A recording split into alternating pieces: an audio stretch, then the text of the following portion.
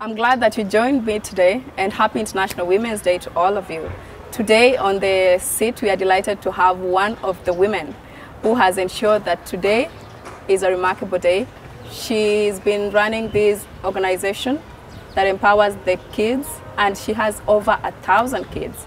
So help me welcome Moesha. Yay. Moesha, it's good to have you. Thank you. Welcome to the show. I'm happy to be here. I'm happy to see you too. Yeah. Tell us about you, to those people who have not had time to interact with you. Okay, my name is Moesha Kibibi Tajiri. Most people know me as Miss FBI, as the only female dancer in the award-winning dance crew called FBI Dance Crew, means Focus Beyond Imagination. Yeah. Others know me as Moesha.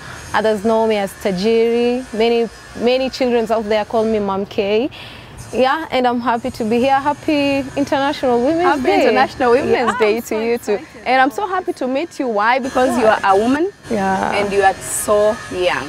Thank you. So young is relative, you know that. Yeah, depending on wherever. But I'm impressed when I see young women doing tremendous things. And that's what you're doing basically. Yeah. Could you tell us what is it that you're doing to those people who have not had time to interact with you? Okay, I have an initiative called Divas Power Initiative. Yeah. Divas Power Initiative is an initiative that empowers girl child through education and talent. Yeah. And so many people have been asking me, how did you come up with this thing? Why Divas Power? So this thing came from my story. It was not a set up thing or anything. Yeah. It came from my story because I was born and raised in the slums of Majengo. Yeah. And at the age of 13 years old, I was just home because of dance, and at that moment no one wanted to listen to me because they told me you need to choose either dance or school. So either dance or school. Oh yeah. Yeah, and I told them I need to do both because I love both of them, but they told me no, you need to go, most of my relatives. So I used to sleep outside because I didn't have anyone to to depend on or anything. So I used to sleep outside. I was like, okay,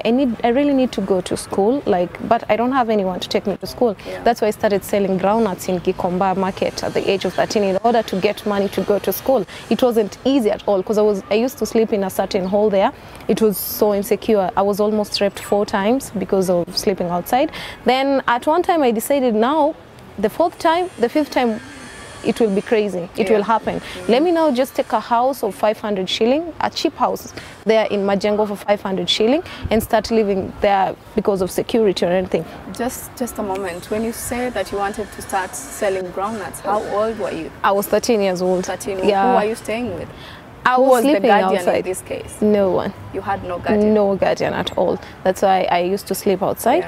Yeah. So at that time when I was selling groundnuts in Gikomba, then just to put money in order for me to go to school, I really passed well in my KCPE. I was called in a very big national school, but I didn't have Where did you money. go to your primary? Yeah, it was at Our Lady of Mercy. Yeah. Yeah, then I was called at Ngara Girls, but I didn't have money to go. You can imagine, it's a national school. Yeah, Ngara is a good school. Yeah. So I tried to talk to the principal and in some certain schools who they can listen to me and let me just take my studies.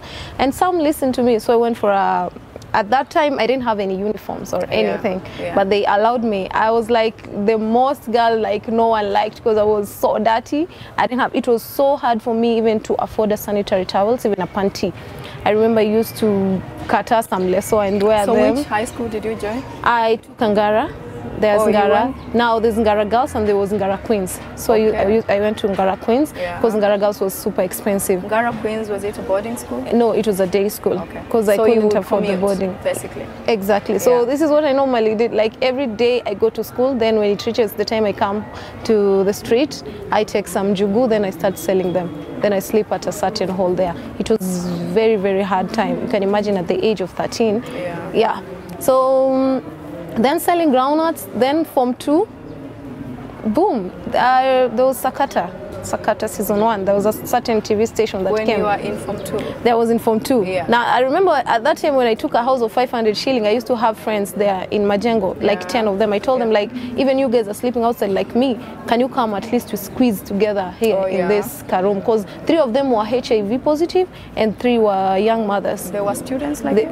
No, they were abandoned like me. Yeah, they were not going to school, so I told them, like, we need to squeeze here because it's very risky here.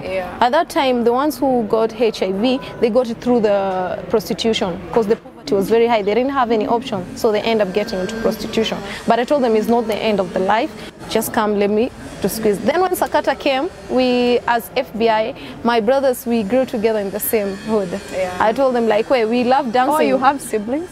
They're like my brothers. When Sakata season 2 came, we participated again and we won. That's FBI became the winners of Sakata season 2, and we were given like 1 million Kenyan shillings. So I was given my part. I'm like 1 million. How many were you guys? We were 8. Yeah. So what did you do with the money? You divided each of you? Yeah. How much was everyone getting? I got 100,000 Kenyan shilling. I paid for my fees for Form 2 and 3. Then I paid for some of the girls' fees, like almost all of them. But this is so early. I mean, you didn't tell me which girls, because we are still talking about these women you have, but they are not going to school. Yeah. They are still engaging in prostitution, right? No, at the time I took them, I had to talk to them. Like, no, you need to stop this, because there's a better life than doing what you're doing right now. So when I took them, they stopped doing that. That's why I took very serious on paying for their fees. And so after they stopped, they actually went back to school? Yeah. Wow. Yeah. So they're the ones you are paying fees for? At that time. But right now, their fees, they're in of course, college. They are grown-ups they're in college. Now. And I'm happy. And even some of them, like 2 of them right now, they're in South Africa doing their mass and communication. Amazing. Yeah, and every day they call me like, Mommy, this is because of you. I'm like, yeah, that is what I want. I don't need any money or anything, just you and the education taking serious. Yeah, and Sakata season 2, that's when life changed kidogo. At that time, I realized like I've inspired and motivate so many young, not only girls but boys in this country. Then I was getting a lot of messages from people like, hey Moesha, you are the only female in the crew, and you know you keep up with the boys. We need you to come and motivate us, like inspire us, talk to us in so many different counties. Then I said to myself, all these people are calling me, they are poor, they can't come to where I am. Why don't I do this? I go and visit them. So every time FBI we go for a show, the money that I used to get, I buy food, books, and I do a tour. No, I didn't have anyone to sponsor me or anything. I just do it from my pocket. So I used to do a tour. I did in all counties. Then when I was doing that, I realized there was a low turnout. That was when I was in Form 3. Yeah, while I was in school, so I used to do it during holidays. So when I was doing that, I realized there was a low turnout of girls in each hood that I was visiting. I was wondering why girls are not turning up in this mentorship.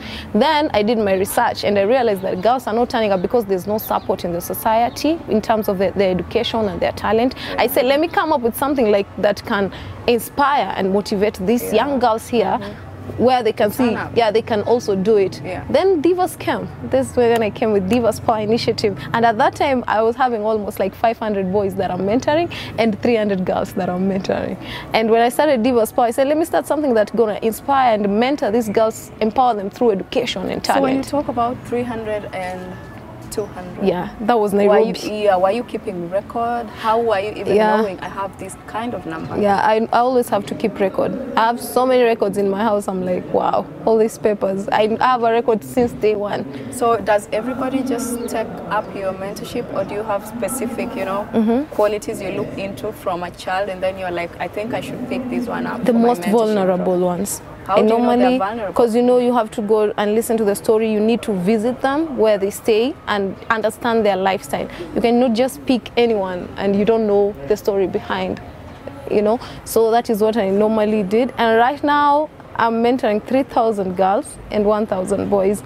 Yeah, so people are like, hey, Moesha, boy child is how? No, I have even boys. Like, I think you've already seen them here. Those are some. Just hold on a second. When you talk about these kids telling you your story, do you encounter situations when kids could come up with a story? Like, I could come up with a story and tell you, Mom, you need to help me. I don't have ABCD. I don't have a parent. I can't pay for my fees. I can't do a thing, And then I could take you to whichever home, so that I'm pausing for the day. So that come see me, come see where I stay, so that you can have some pity and some remorse and help. How do you just know this is a genuine case? Do you get any help from, like the local leaders, the community leaders? Yeah, I need to visit them. I even need to understand the people who are living around them. Like, I need to know their story. I do a very serious research when I take a kid and start mentoring them. Like, I cannot just take kid, no matter how the situation you're just telling me. I need to do a serious research. Maybe I can help you, and maybe your people can do that. And there's someone who is so vulnerable outside here. He or she needs that. So, and right now, from the girls that I'm mentoring, 500 girls are HIV.